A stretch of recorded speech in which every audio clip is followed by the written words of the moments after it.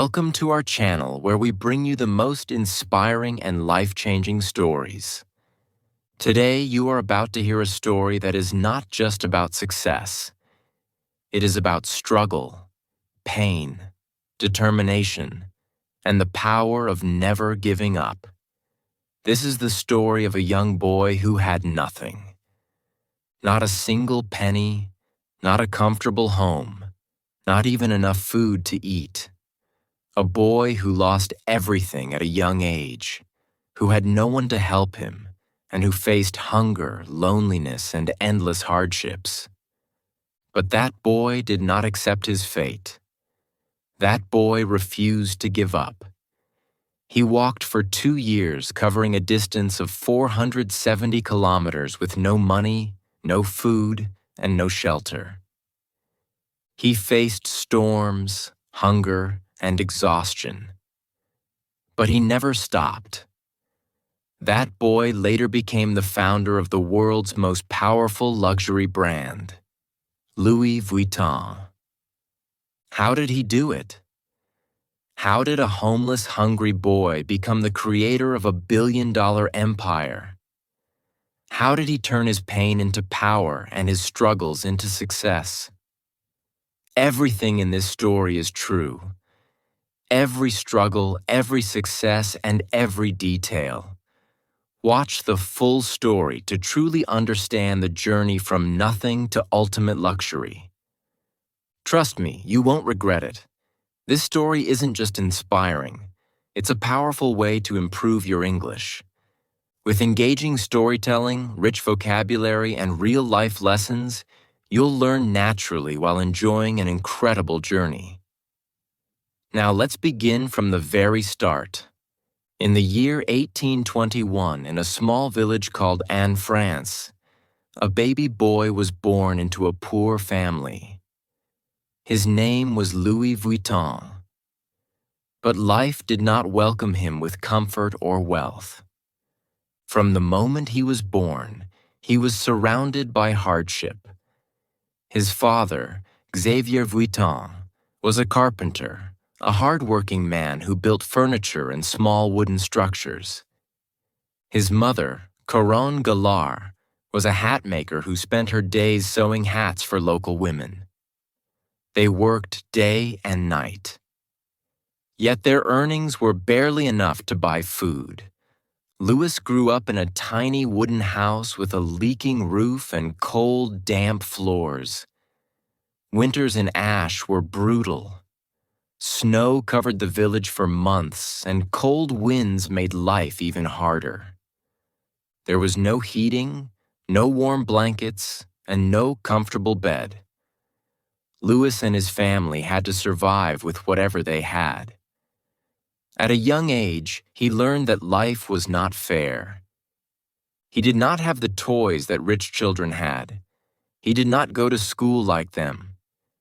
Instead, he spent his childhood helping his father in carpentry, carrying heavy wooden planks, hammering nails, and cleaning sawdust from the floor. His hands were rough, his clothes were torn, and his stomach often remained empty. But Louis was different from other children in his village. Even though he was poor, even though he had nothing, he had something that others did not. A dream. Every day, travelers passed through his village. Rich men and women dressed in fine clothes, carrying large wooden trunks and suitcases. Louis would watch them with fascination. Where were they going? How far were they traveling? Who made those beautiful trunks they carried? He had never seen the world beyond his small village, but his heart longed to know more. He was curious, hungry for knowledge, and desperate for a better life. But fate was not kind to him. When Louis was just 10 years old, his mother fell sick. There were no hospitals in the village, no doctors to treat her. Day by day, her condition worsened. One morning, as the sun rose over the hills, Louis's mother took her last breath, She was gone. Louis stood by her grave, silent, unable to cry. His world had fallen apart. His father, broken by grief, became distant and cold. He no longer had the strength to take care of Louis. For the first time, Louis felt completely alone. But in that moment of pain, he made a decision. He would not stay in this village forever. He would not accept a life of poverty. He would leave. He would chase his dream. But how? At the age of 13, Louis had no money, no horse, and no food. Paris, the city of dreams, was 470 kilometers away. It was impossible. Or was it? One evening, as the village prepared for sleep, Louis packed a small bag. He had no map, no guide, only a dream. He did not tell his father. He did not say goodbye to anyone. Before the sun could rise, before anyone could stop him, Louis took his first step on the long road to Paris. He did not know what lay ahead. He did not know how he would survive, but he knew one thing. He could not stop. He walked for hours, then days, then weeks. His feet were sore, his body weak. Sometimes kind strangers gave him food. Other times he went to bed hungry, lying under trees, using his bag as a pillow. He crossed forests, mountains, and rivers. He worked as a farm helper in small villages, earning food in exchange for labor. Rain soaked his clothes. Winter winds burned his skin. But he never turned back. He was tired. He was starving, but he was determined. After 2 years of walking, struggling, and surviving with nothing but determination, Louis Vuitton finally arrived in Paris. But Paris was not the magical place he had imagined. The city was massive, filled with thousands of people, carriages rushing through the streets and markets overflowing with food and luxury goods. The air smelled of fresh bread, roasted coffee, and perfume. Things Louis had never experienced in his poor village. But there was also another side to Paris. The streets were dirty, packed with beggars, thieves, and struggling workers who barely made enough to eat. The reality was harsh. Paris was not a place that welcomed the poor. And Louis had nothing, no home, no family, no money. He stood at the edge of the city, exhausted, his clothes torn, his feet bleeding from the long journey. His stomach growled, but he had no food. For the first time in 2 years, fear crept into his heart. Where would he sleep? How would he survive? The first night in Paris was the hardest. Louis found an empty wooden cart abandoned near a bakery. He crawled inside, pulled his small bag close to his chest, and tried to sleep. The streets were noisy. People laughed, shouted, and horses clattered against the stone roads.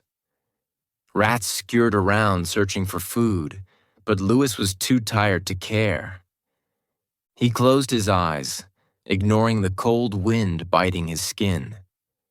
The next morning, hunger forced him to wake up early. He watched as well-dressed men and women entered bakeries, buying golden loaves of bread and buttery croissants. The smell made his stomach twist in pain. He had no choice. He needed work. Louis walked from shop to shop asking for a job, but every time the answer was the same. No experience, no work, no connections, no chance, no money, no food. Paris was cruel to those who had nothing. Days passed and Louis grew weaker. He ate scraps from the market, picking up leftover bread from the ground when no one was looking. His body ached. His clothes were dirty. He had never felt so alone. But he refused to give up. One evening, as the sun set over the city, Louis noticed a man struggling to carry a large wooden trunk into a shop. The man was sweating, his hands shaking from the weight. Without thinking, Louis ran forward and grabbed the other side of the trunk. The man looked at him in surprise but said nothing. Together they lifted the trunk inside. The shop was unlike anything Louis had ever seen. Wooden trunks of all shapes and sizes lined the walls, some covered in leather, others decorated with brass locks and golden initials. It was a workshop, one of the finest in Paris. The owner of the shop, Monsieur Maréchal, watched Louis with sharp eyes. "You're strong for a boy your size," he said. "What's your name?" "Vuitton, sir. What do you want?" Louis took a deep breath. This was his chance. "I want to work." Maréchal raised an eyebrow. "Can you make trunks?" Louis hesitated. "No, sir, but I can learn." The old man chuckled. "Everyone says that, but not everyone is willing to do the hard work." Louis's stomach clenched. He had come too far to be rejected again. "Give me a chance," he said, his voice firm. "I will work harder than anyone else." There was silence. Then Maréchal nodded. "Fine, you start tomorrow, but don't expect money yet. You work, you learn, and if you're good, then we'll talk about payment." Louis bowed. "Thank you, sir." He had done it. He had found a place to work. But this was only the beginning. The next morning, Louis arrived before sunrise. The workshop was freezing. The scent of fresh wood and glue filled the air.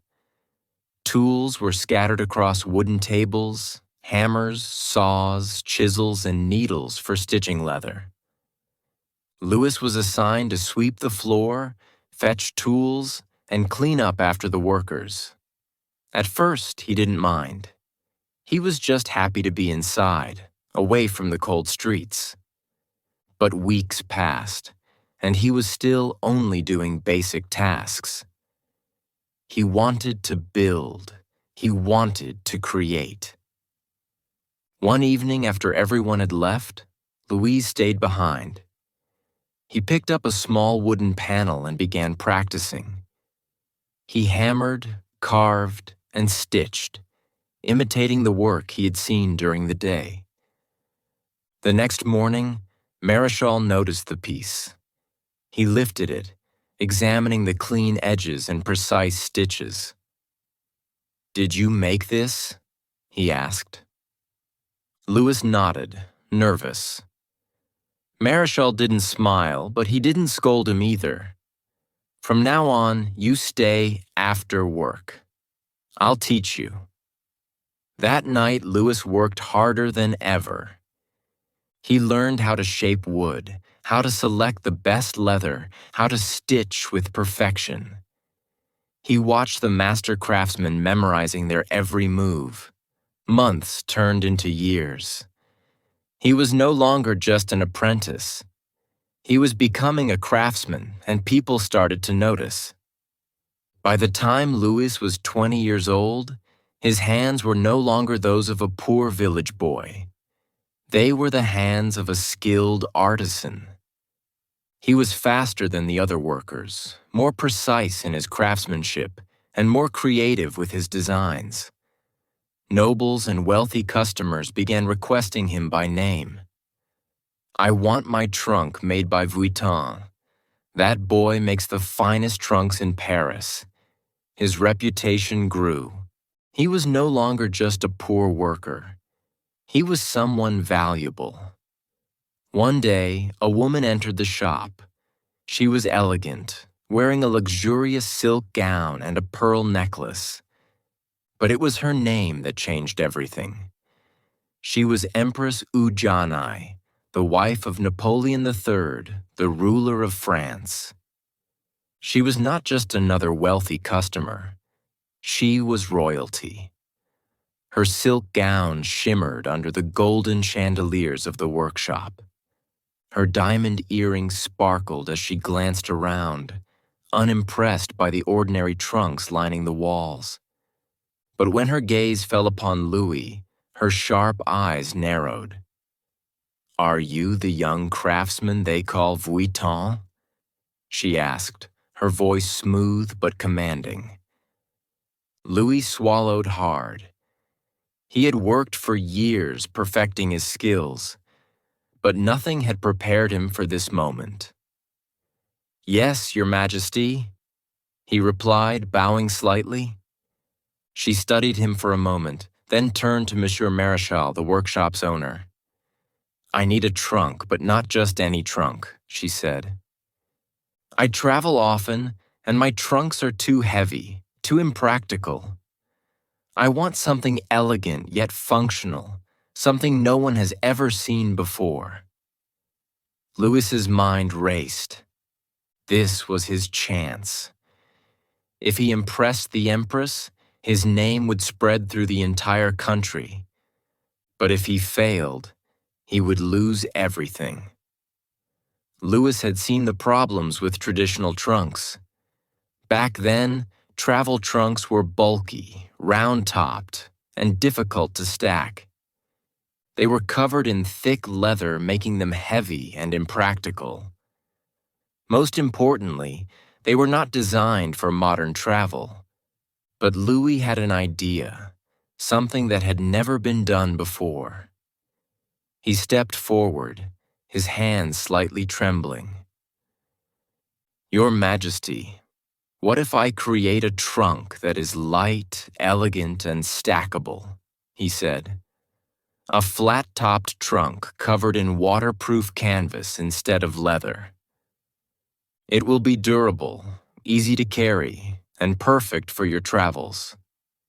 Silence filled the room. Maréchal looked at Louis as if he had lost his mind.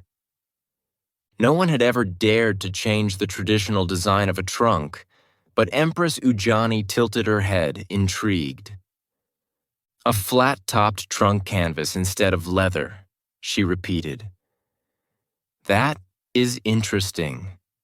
Can you do it?" Louis's heart pounded. "Yes, Your Majesty. I will create a trunk unlike any other." A small smile played on her lips. "Then do it, Vuitton. Impress me."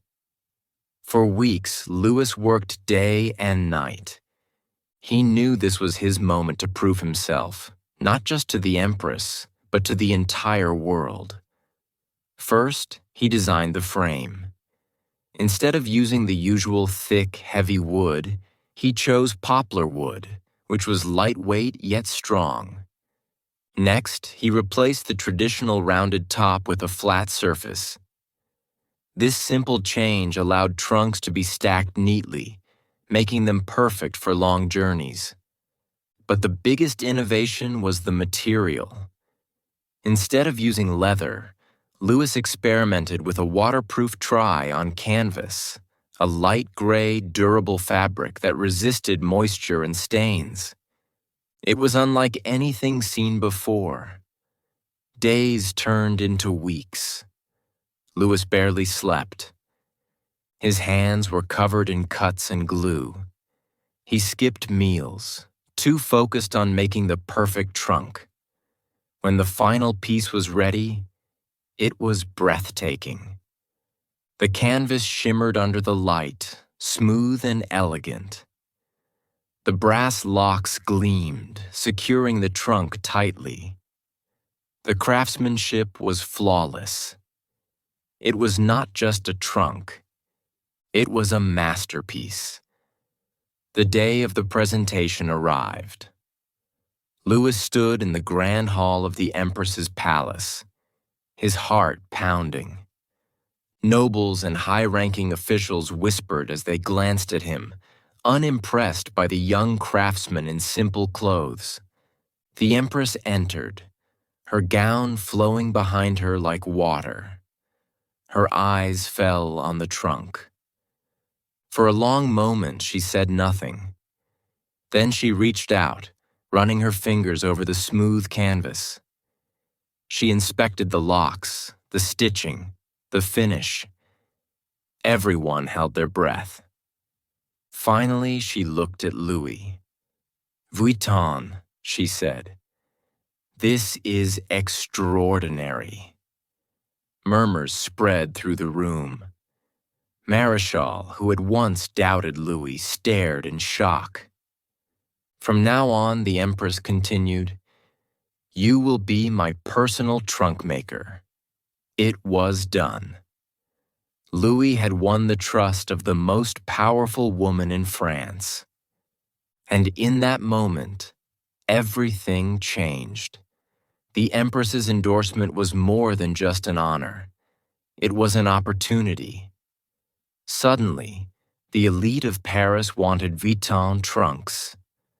Aristocrats, politicians, and wealthy travelers all placed orders. But there was a problem. Louis was still just a worker in Marischal's shop. No matter how talented he was, he would always be under someone else's control. He needed to break free. So after years of loyalty, Louis made the boldest decision of his life. He left the workshop and started his own business.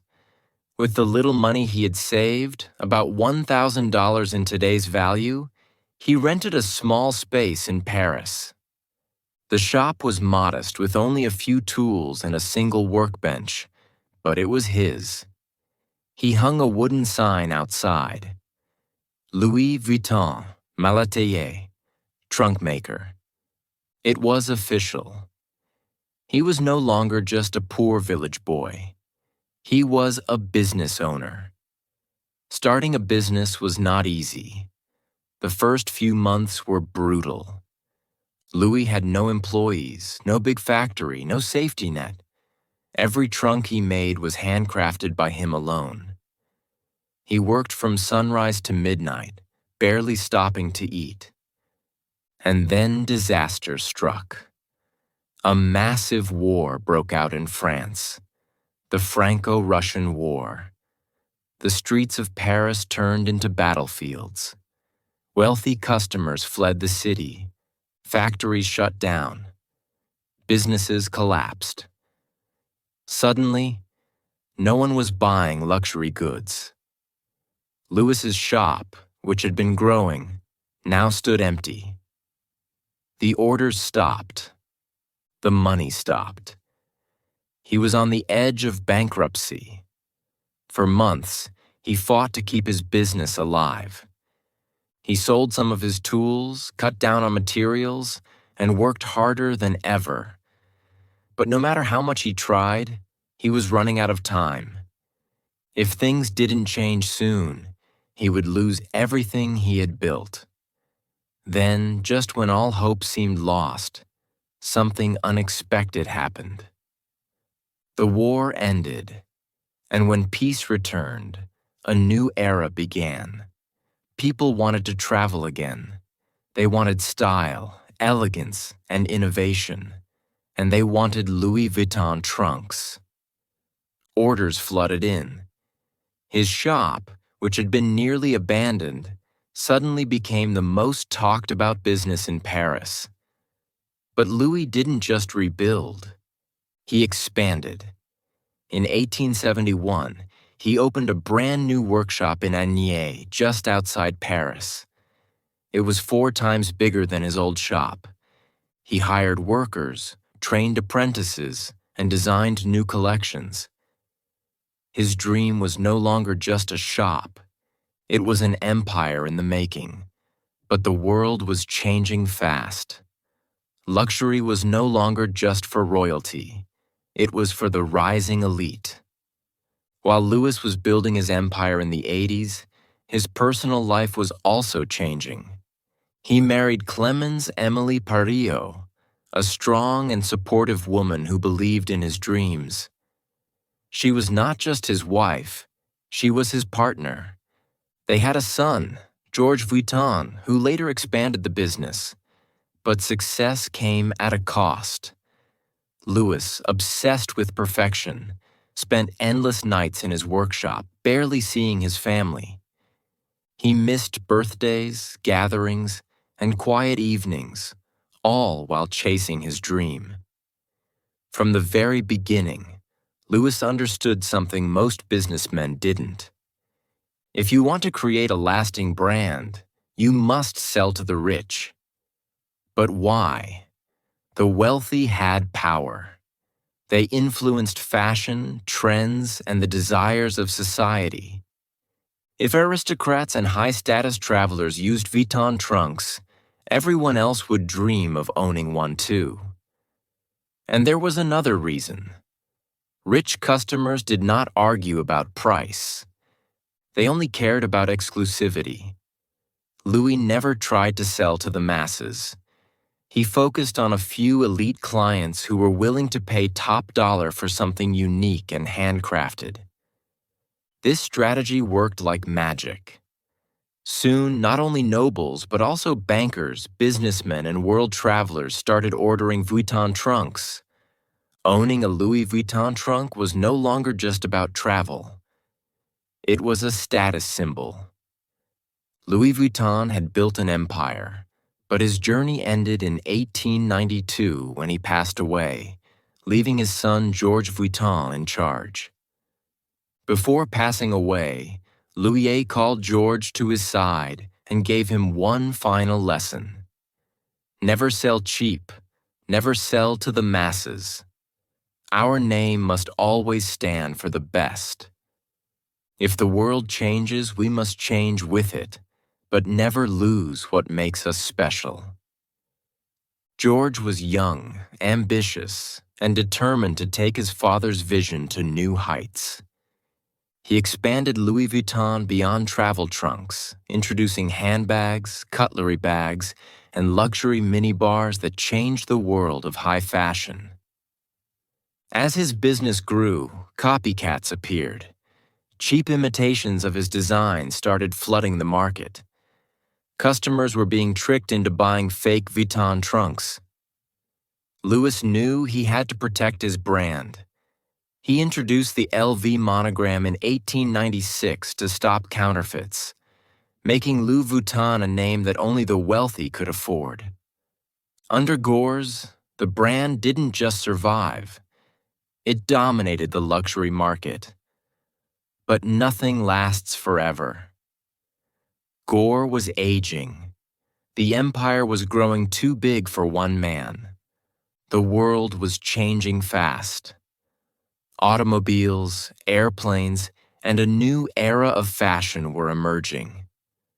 For decades, George had worked endlessly to expand the Louis Vuitton brand. He introduced leather handbags and accessories that became a status symbol. He opened stores internationally, making Louis Vuitton a global name. He protected the brand's exclusivity, ensuring that LV remained a luxury reserved for the elite. But in the 1930s, Gore faced his greatest challenge yet. His health began to fail. Years of stress, constant innovation, and global expansion had taken a toll on his body. By 1936, Georges Vuitton passed away, marking the end of an era. The question now was who would continue the empire. This was when Gaston Louis Vuitton, Gore's son, stepped forward. Gaston Louis Vuitton had grown up surrounded by luxury, design, and craftsmanship. From a young age, he had watched his father expand the brand, and now it was his turn. But the world was different now. The Great Depression. 1929 to 1939 had destroyed businesses worldwide. The rise of automobiles and airplanes meant that traditional travel trunks were losing their importance. The fashion industry was changing. People wanted more than just luxury luggage. Would Louis Vuitton survive this new era? Gaston knew that if the company didn't adapt, it would die. So, he made bold moves. 1. Expanding beyond travel bags. Under Gaston, Louis Vuitton introduced small leather goods, purses, and accessories. 2. Creating luxury handbags. He focused on high-end handbags that weren't just for travel, but could be used in everyday fashion. 3. Innovating in design. He experimented with new styles, making Louis Vuitton more fashion-forward. But before he could push his vision further, World War II erupted, putting everything at risk. During World War II, 1939 to 1945, France was occupied by Nazi Germany. The country was in chaos. Businesses were shutting down and luxury brands were struggling to survive. Gaston Louis Vuitton had to make a choice: either close the business or find a way to keep it running. To survive, Louis Vuitton worked with the German-occupied French government. This was a controversial decision, and for years, this part of Louis Vuitton's history remained hidden. It wasn't until decades later that reports revealed the brand's ties to the Nazi government. But despite the war, Louis Vuitton survived. And when the war ended, Gaston Louis focused on rebuilding the brand's image. But this wasn't easy. After World War II, Europe was in economic ruins. The luxury market was weak, and people weren't thinking about expensive handbags or designer luggage. But Gaston knew one thing: the rich always find a way to stay rich. Even in difficult times, the wealthy elite still wanted luxury. So Louis Vuitton focused on exclusive, high-quality products that only the wealthiest people in the world could afford. This strategy worked, and by the 1950s, Louis Vuitton was back on top. During this time, Louis Vuitton introduced some of its most famous handbags, including the Speedy bag, designed for fashionable women on the go. The Keep All bag, a stylish, modern alternative to traditional luggage. The Noah bag, originally made for carrying champagne bottles in luxury. Louis Vuitton was no longer just a travel brand. It had become a fashion icon. But Gaston Louis was getting older. Who would take the empire into the next generation? By the 1960s, Louis Vuitton had grown into one of the most respected luxury brands in the world. But the world was moving faster than ever. New fashion trends were emerging. The wealthy class was expanding. Competition in luxury was increasing. Gaston Louis knew the company needed fresh ideas. So he brought in his son-in-law Henri Racamier to help modernize the business. Henri was a brilliant businessman with a vision. He believed that Louis Vuitton could become bigger than ever. His goal: turn Louis Vuitton into the most powerful luxury brand in history. And this decision would change everything. By the late 1970s and early 1980s, Louis Vuitton was already an established luxury brand known for its exclusive luggage, handbags, and accessories. But it was still operating like a traditional family business. The world was changing, and if Louis Vuitton wanted to dominate, it needed a new strategy, a new vision, and a new kind of leadership. This was when Henri Racamier stepped in. Henri Racamier wasn't a designer, and he wasn't a traditional businessman. He was a visionary.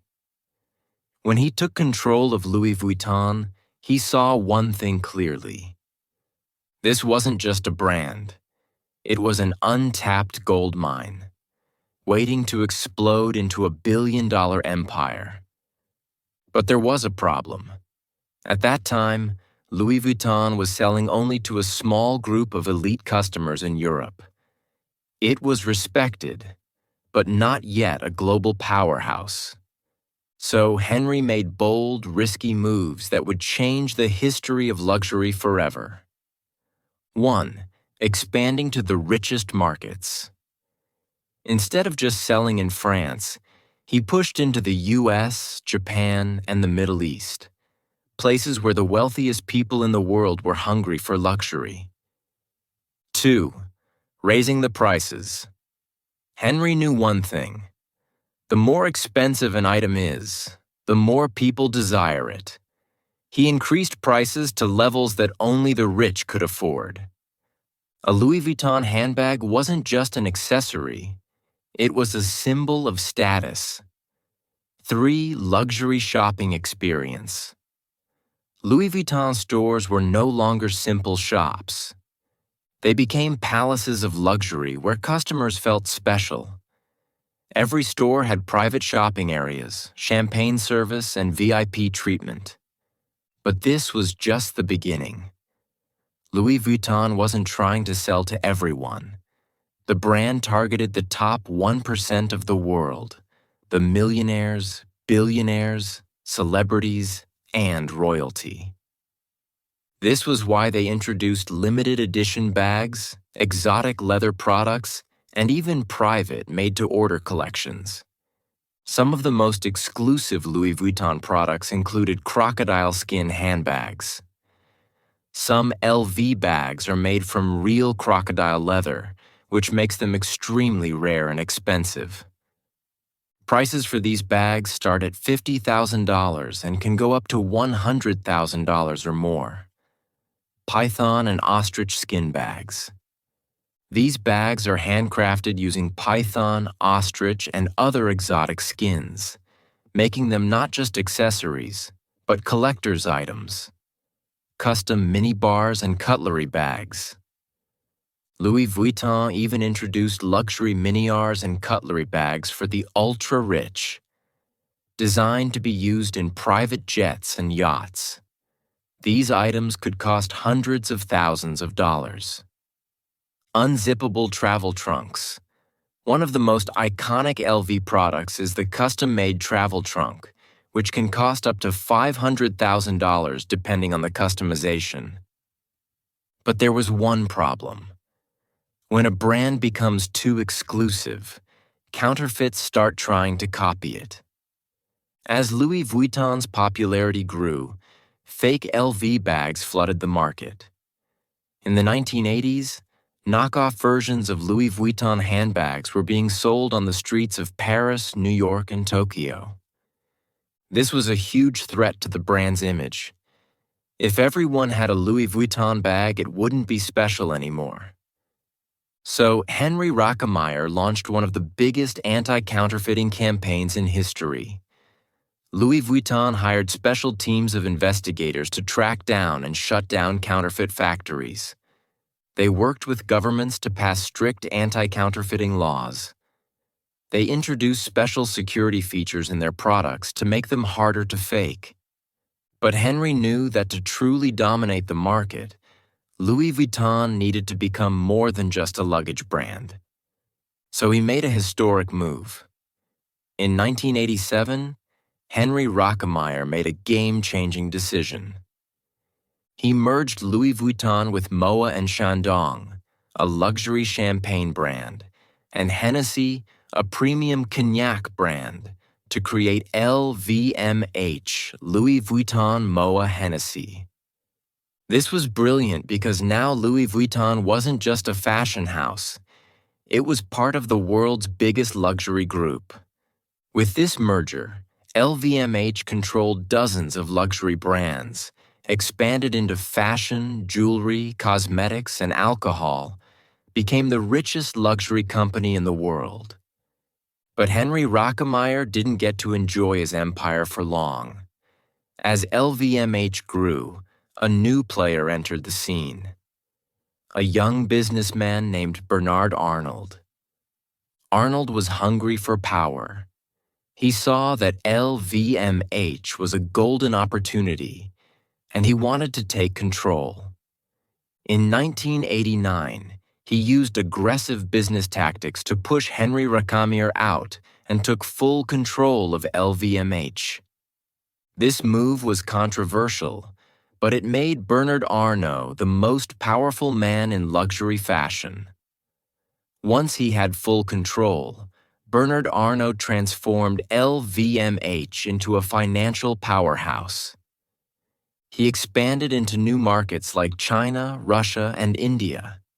He bought luxury brands like Dior, Givenchy, and Fendi, making LVMH the most powerful fashion group in the world. He introduced super high-end products with prices reaching millions of dollars. Today, under Bernard Arnault, LVMH is worth over $500 billion, making it the richest luxury company in the world. Arnault himself is often ranked as the richest person on Earth with a net worth of over $200 billion. Today, Louis Vuitton represents exclusivity. Owning an LV bag means you've made it in life. Luxury craftsmanship. Every Louis Vuitton product is handmade by the best artisans in the world, a status symbol. Whether it's a handbag, luggage, or a custom minibar, Louis Vuitton is the ultimate sign of wealth. Even after 170-plus years, Louis Vuitton remains the most powerful luxury brand in the world. And it all started with one young man, Louis Vuitton, who had nothing but a dream. Louis Vuitton's story is a lesson in determination, vision, and risk-taking. From a poor boy in a small village to the biggest luxury empire in the world, Louis Vuitton proves that hard work and innovation can change everything. Every step from handcrafting trunks to creating billion-dollar handbags was built on excellence and exclusivity. And even after wars, economic crises, and battles for control, Louis Vuitton has stood the test of time. This is more than a brand. It's a legacy.